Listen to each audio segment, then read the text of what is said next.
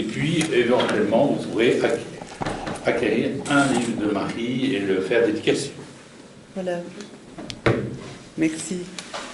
Bonsoir. Donc, la proposition d'1 heure de conférence et puis une demi-heure de questions-réponses, si vous permettez, je vais plutôt retourner la proportion et avoir un moment beaucoup plus court de parole du conférencier. Comme ce n'est pas une parole de vérité, mais c'est un partage d'expérience, je vous propose après d'intervenir, de poser des questions et qu'on puisse rentrer dans une véritable invention commune et puis un bien-être par une co-création. Donc, comme vous m'avez présenté,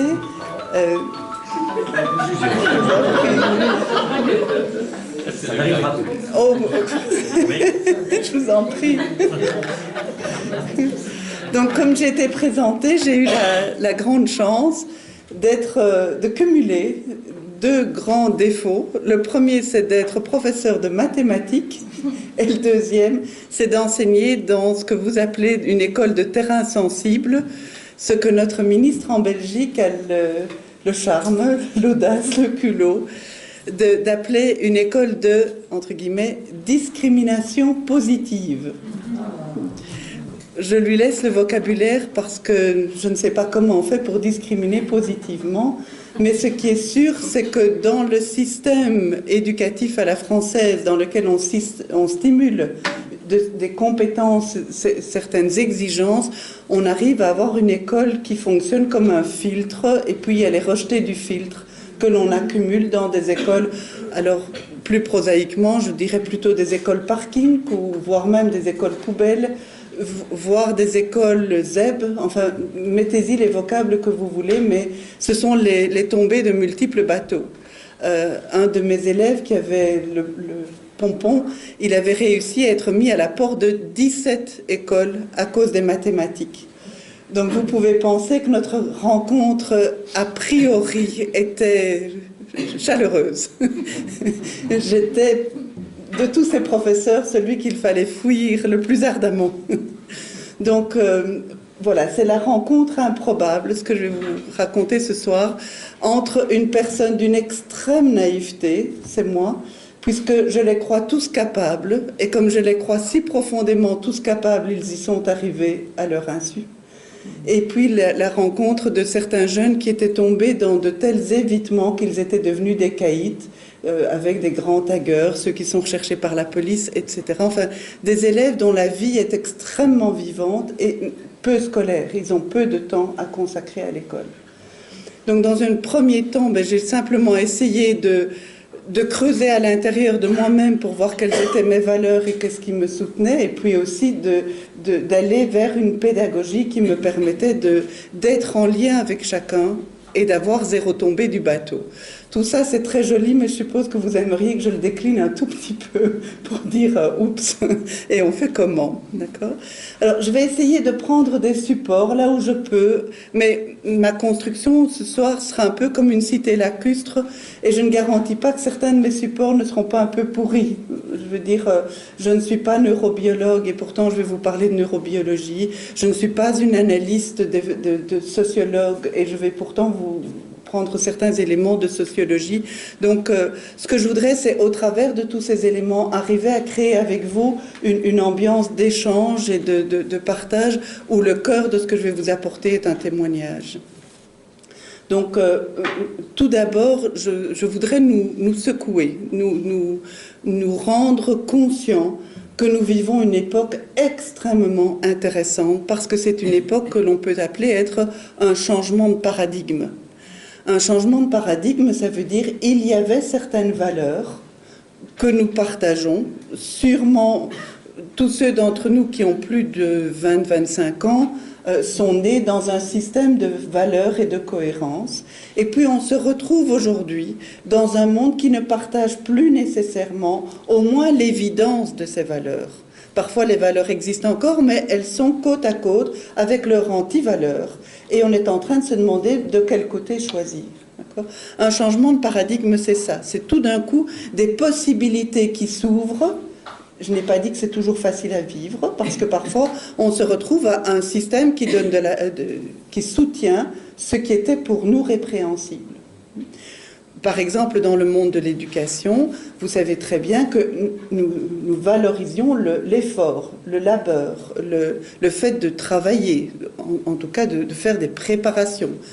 Aujourd'hui, il faut un certain humour pour y croire encore. D'accord ? On a de plus en plus de jeunes qui viennent à l'école et qui, pour eux, vivent leur temps scolaire comme le maximum qu'ils ont à donner à la société. J'ai connu un jeune qui a dit « L'école, c'est ce que la société a inventé pour nous normer. » Vous comprenez bien qu'avec ce type de mentalité, on ne va pas à l'école le cœur ouvert et disponible aux apprentissages. On y va debout sur le frein, dans une grande réticence, en disant « Je dois préserver ce qui est précieux et surtout pas le lâcher à l'école. » Donc vous sentez que ça va nécessiter une autre approche, un autre contact, un autre savoir-faire. Là où c'est fascinant, c'est que plus personne ne peut dire aujourd'hui que ceux de mon âge ont raison. D'accord ? Et pourtant, dans l'enseignement, nous le croyons. Et la façon dont nous le croyons, c'est que quand on est dans une équipe pédagogique, parmi des enseignants, beaucoup disent encore « Mais enfin, nous savons ce qui est bon pour eux. Nous savons comment ils vont pouvoir se construire un avenir solide. » En travaillant, en apprenant leur matière, en participant aux exercices et aux travaux qu'on leur donne, on sait très bien qu'ils vont rentrer dans un apprentissage qui va faire d'eux des gens de qualité. C'est-à-dire que nous aimerions, c'est notre implicite, que nos élèves parcourent d'une certaine manière le chemin que nous avons parcouru pour acquérir des compétences. Et il y a de multiples réticences dans le comportement de nos élèves. Alors, la sociologie nous donne une clé pour comprendre ce qui se passe. Et cette clé tourne autour des années 1993, dont Michel Serres dit qu'il s'est passé à ce moment-là une rupture aussi importante que le passage du paléolithique au néolithique, c'est-à-dire le passage de l'homme chasseur-cueilleur à l'homme sédentarisé. Aujourd'hui, nous vivons encore dans le paradigme de l'homme sédentarisé. Imaginez que nous soyons tous revenus à l'homme chasseur-cueilleur, ce serait assez intéressant comme changement de valeur, d'accord ? Voilà, nous avons opté pour un changement de paradigme à l'époque et nous continuons à vivre sur ces valeurs.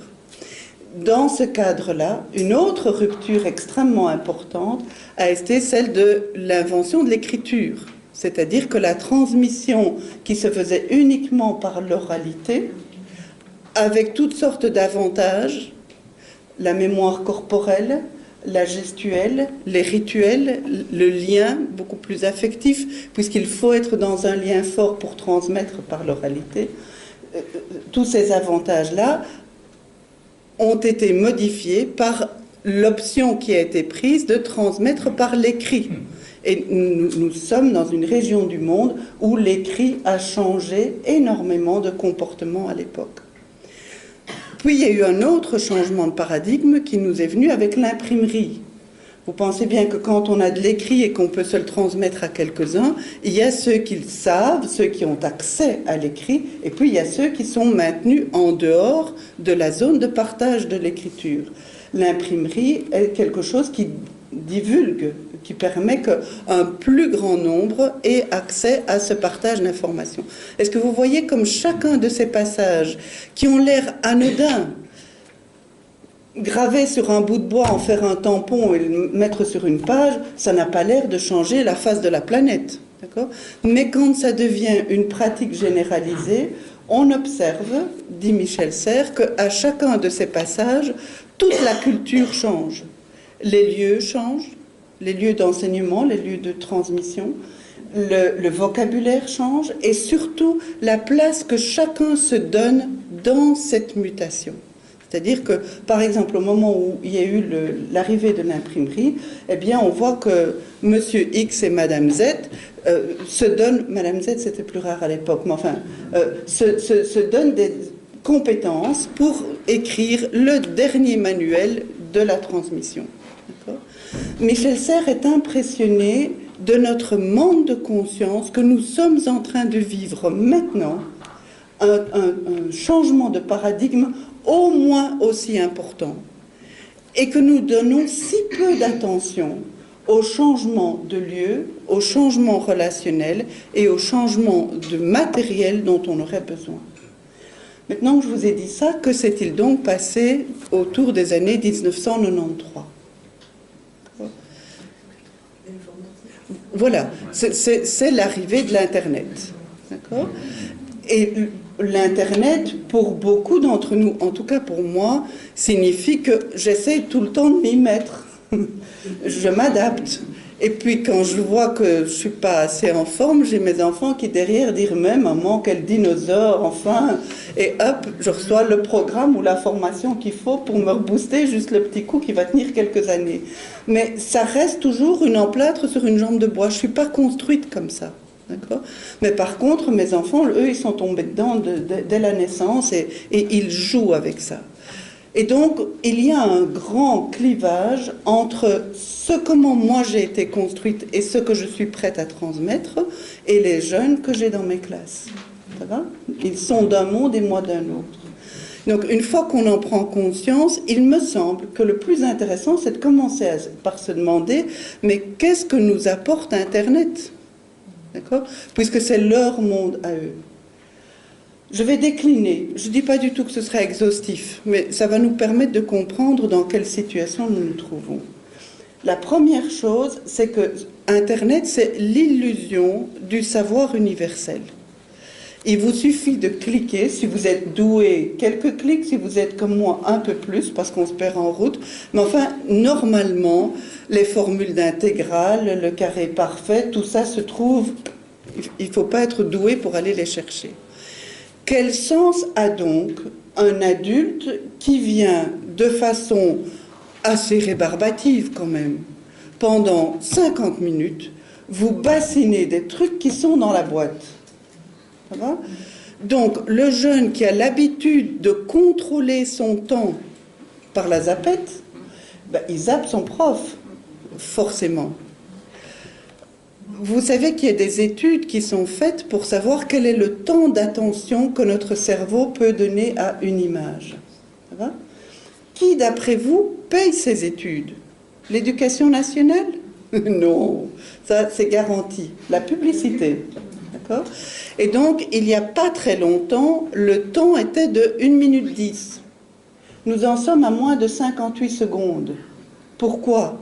Parce que dès que la publicité s'approprie 1 minute 10, ils font 1 minute 8. D'accord ? Donc nous nous habituons à 1 minute 8, ils font 1 minute 5. Vous comprenez le système ? Donc, moi, quand je donne cours, je suis 50 minutes. Vous vous rendez compte combien de temps publicitaire ça représente ? Plus de 60 images publicitaires, 50 minutes, habillées pareil, à dire les mêmes bêtises, devant des élèves totalement fascinés, ça je peux vous le dire. Oui, donc on peut dire que le pari d'emblée n'est pas particulièrement gagnant. Hein? Si mon cours avait dû être donné dans le poste, on m'aurait vu avec toute ma garde-robe, en voix off, avec des images flashantes, de trucs extraordinairement intéressants. Voilà le genre de discours auquel mes élèves sont habitués. Dans quelle pauvreté je me trouve à n'avoir que ma bonne volonté pour essayer de les convaincre que c'est intéressant, hein, majeur. Juste une question pour voir si vous allez me suivre longtemps. De quelle couleur était le corridor que vous avez monté ? Vous pigez ? Eh bien là, vous vous rendez compte que nos cerveaux sont construits pour zapper. Nous devons biologiquement avoir en permanence une fonction d'amnésie. Si nous n'avions pas cette fonction-là, nous serions en risque de l'autisme. Quelques autistes peuvent vous dire, le 8 juillet 2010, il faisait 17 degrés à 5 heures du matin. D'accord ? Moi, je suis incapable. Je vais vous dire à peu près, oui, si c'est juillet, il devrait faire, etc. Je vais estimer, mais je ne sais plus. Or, je vous assure que le 18 juillet 2010, je l'ai vécu. Ça, je peux vous garantir. Mais au-delà de ça, j'ai perdu l'information. Pourquoi ? Parce que notre cerveau est biologiquement construit pour effacer toute information inutile. Vous êtes d'accord avec moi ? Figurez-vous que c'est un prof de maths qui vous parle. Vous avez compris? Voilà. Ce qui veut dire que pour nos élèves, d'emblée, c'est difficile de les convaincre que les mathématiques sont utiles. Et tant qu'ils n'ont pas une intime conviction, ben, c'est l'amnésie qui fonctionne. Alors longtemps, on a cru que la répétition aide. D'accord? Est-ce que vous pourriez dessiner le sigle de Coca-Cola? Je n'ai pas de gain financier sur Coca-Cola et je m'excuse de vous donner cet exemple parce que dorénavant vous allez faire attention, c'est pas ce que je voulais. Mais c'est juste pour vous montrer que quelque chose que vous voyez au moins 3 fois par jour ne programme pas par simple répétition. On sait que c'est... Oui, on sait que c'est du rouge et du blanc, on sait que c'est des crolles, on sait... mais savoir exactement par où passent les crolles au-dessus, en dessous, etc., on ne le sait pas. C'est-à-dire que la simple répétition ne programme pas. Par contre, quand on voit Coca-Cola, on sait ce que c'est. Ah oui, ça... Voilà, je veux dire, ils nous l'ont tellement rentré qu'on reconnaît la couleur et le... Ça, absolument. Hein. Alors, maintenant, je vais encore vous poser 2 questions. Tout ça, c'est pour essayer de comprendre comment notre mémoire fonctionne. Que faisiez-vous? Je ne suis pas la police des mœurs, donc vous n'êtes pas obligé de me répondre. Que faisiez-vous le 12 juillet de l'été passé? Ben, il y a peut-être certaines personnes... C'est mon anniversaire. Donc. Voilà. Magnifique, merci beaucoup. Voilà, donc un anniversaire. Le 12 juillet 98, je regardais la finale du mondial de foot. Voilà. Amende, totalement. Voilà. Donc vous vous rendez compte de la charge affective sur les mémoires qui ont été présentées, d'accord? J'espère en plus que c'est votre équipe favorite qui a gagné, comme ça. Ah oui, c'est la France. Voilà. Cocorico. Maintenant, que faisiez-vous le 11 septembre 2001? J'étais devant ma télé. C'est clair?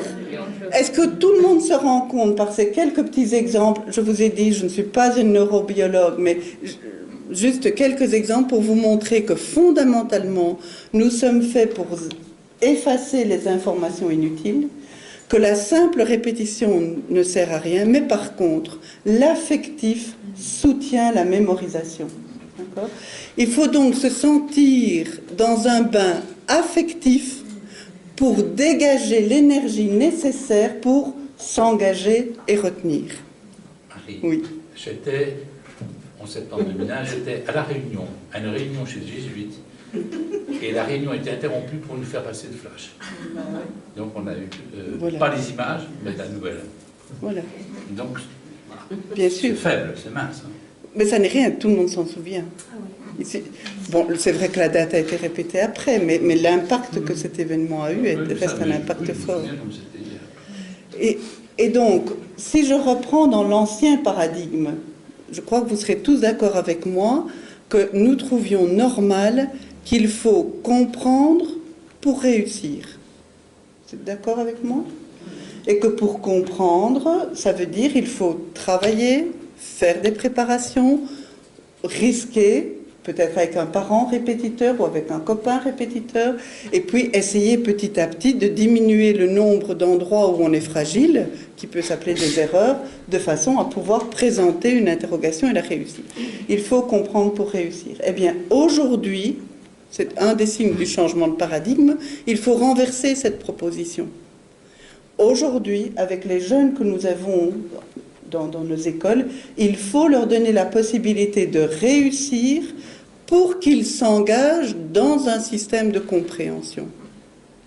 C'est parce qu'ils réussissent un petit peu qu'ils se disent bah, tout compte fait, je suis pas si bête, ou c'est pas perdu, ou avec cette prof-là j'ai une chance. Et ils vont donc essayer d'expliquer à un copain, ça va les valoriser, ça leur fait du bien, ils apprennent un peu plus, les questions du copain leur fait creuser leur matière, et petit à petit, ils rentrent dans des processus apprenants. D'accord ? Donc, vous voyez comment nous, les enseignants en tout cas, nous vivons un peu sur un radeau, parce que les zones de solidité que nous avons, et qui nous ont permis de prétendre à la position que nous avons, ne fonctionnent plus du tout. Nous sommes obligés de les inverser. Dans ce même cadre, Internet questionne énormément l'autorité. D'accord ? Le simple fait d'être compétente au niveau des formules mathématiques ne me garantit aucune autorité vis-à-vis de mes élèves, puisque la boîte fait mieux que moi. D'accord ? Donc, s'ils ont accès à Internet, ils s'imaginent qu'ils peuvent contrôler leur prof de maths.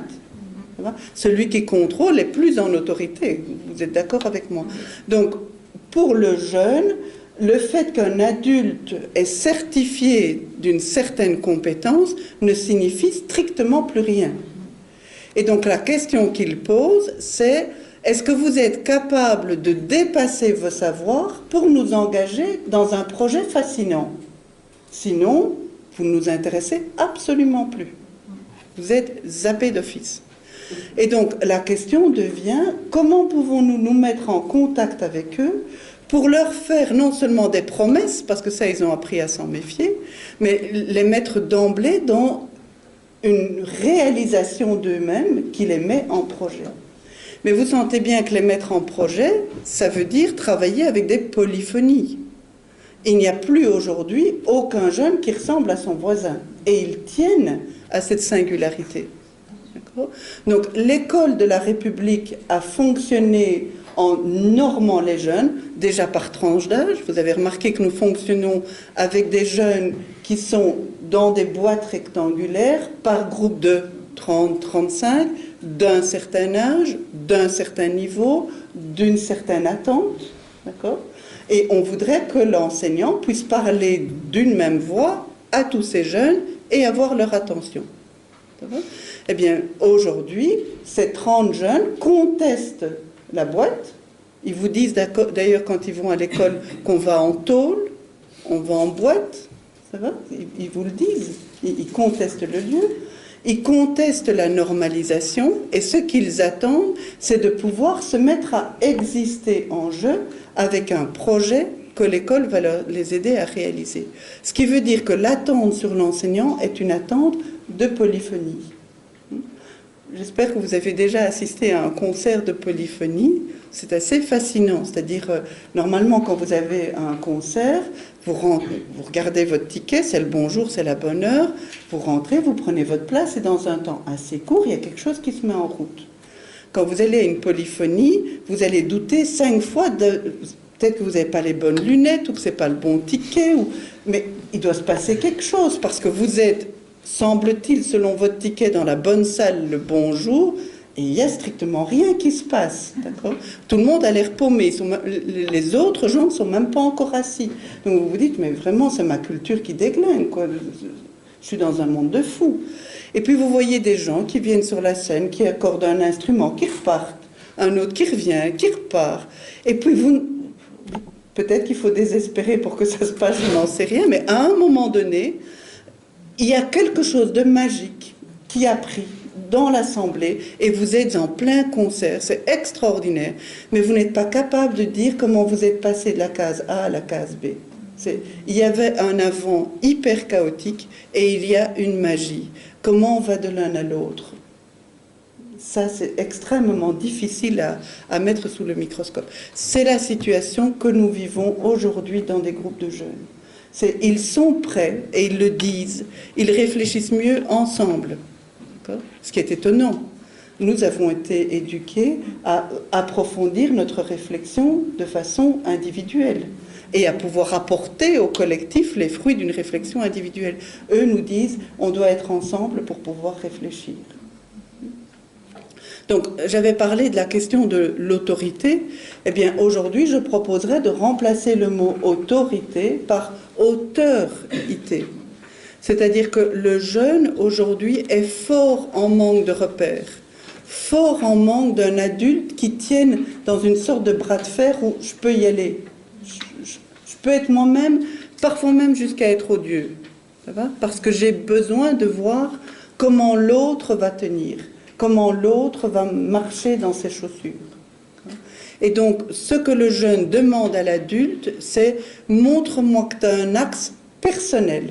Suffisamment solide, quel qu'il soit.